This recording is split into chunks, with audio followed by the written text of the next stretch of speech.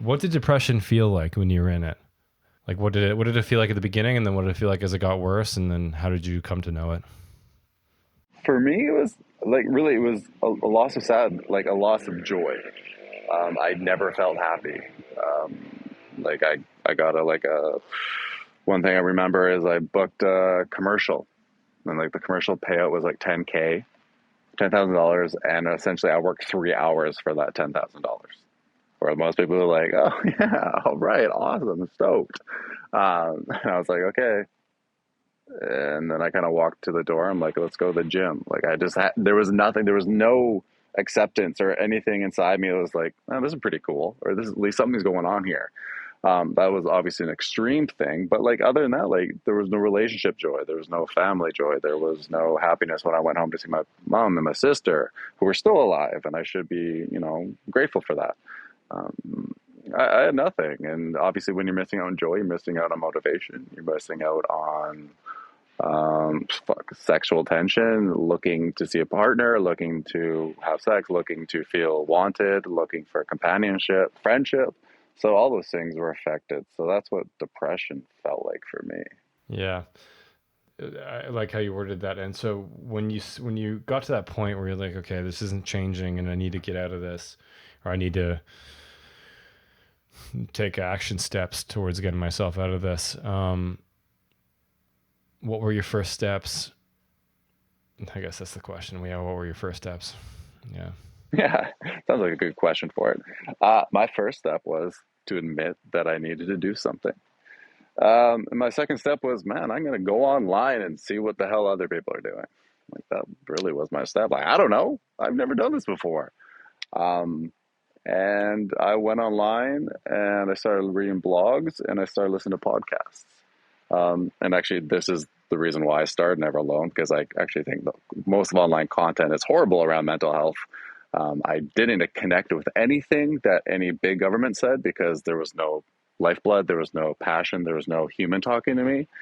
And then I didn't really connect with any advocate because they were so far to one side. I couldn't relate to them as a human being, me, a 30-year-old male. I'm like, oh, y'all messed up too. Totally. So, Yeah. really, Yeah. that's why Never Alone is what it is now. But what the biggest thing that I found was helpful was actually I didn't focus on mental health. I focused on personal growth. And for personal growth, I looked at Tim Ferriss. I looked at a bunch of people that inspired me in business and other ways of life. And then I changed their kind of mindset and concept that they did for growth in business and themselves. And I'm like, well, let me think of that as my mental health. So that was really how I did it. And I started with a morning routine. Really, that's the first thing I did. Yeah.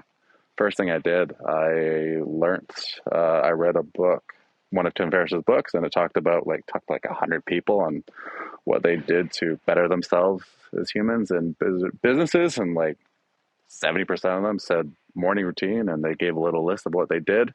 I looked up online for lists of more stuff. I'm like, okay, here's 8 things I'm going to try: make my bed, cold shower, thank you, Wim Hof, Meditation. lemon Yeah.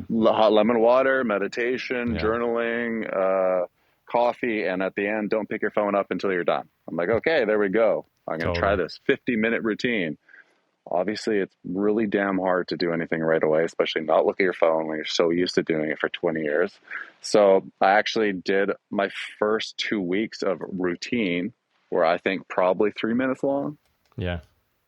And then probably the end of the month off, I might have done 5 minutes. And then in the second month, I probably did 15 minutes. And then third, I did 20 minutes. Um, so like it took me a very long time to create my 60-minute routine. I think it took me 6 months. And then took me about 8 months to actually feel comfortable doing it, not looking at my phone, going through this thing.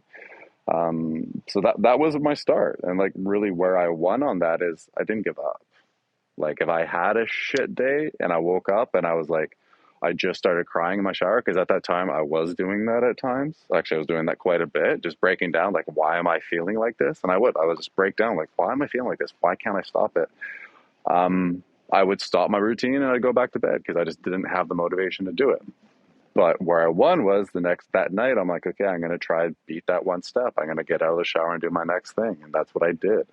I treated it like I was a beginner at working out. I treated it like I was at something like that. Like, what is my first steps, and how can I make this a consistent long term thing? Oh man, that's such a an effective approach. You know, like James Clear with Atomic Habits talks about how just breaking in something down to something really simple, doing one push up, writing one page, and you just summarize that starting with 3 minutes because it's more about consistency and just tonnage. The more you can do it, you know, the more it's going to stick. And I see in myself and in a lot of guys in men's group, for example, they try to take on a whole bunch more habits, and it's just overwhelming. Um, so thanks for that reminder. That's great.